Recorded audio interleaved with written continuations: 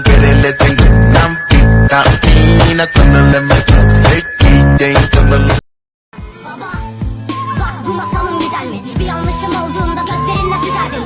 Belli etmesem de her şeyden özerdin. Değer verdiğin şişeyi kafası annenden güzel mi? Ben özendim, mutluluğa beceremedim, düştüm baba. Bu gece kaleme aldığım en sade düştüm. Ne yaptım da daha dolmadan gözlerinden düştüm. 5 kuruşlu sevgi ver ya, sende kalsın üstü.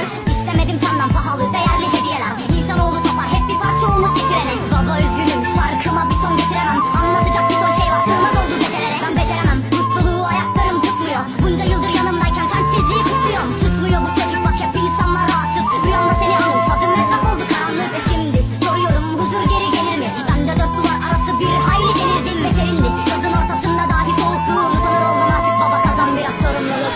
Bana bir masal anlat baba, içinde tüm oyunların kurtla kuzu olsun, şeker ve bal.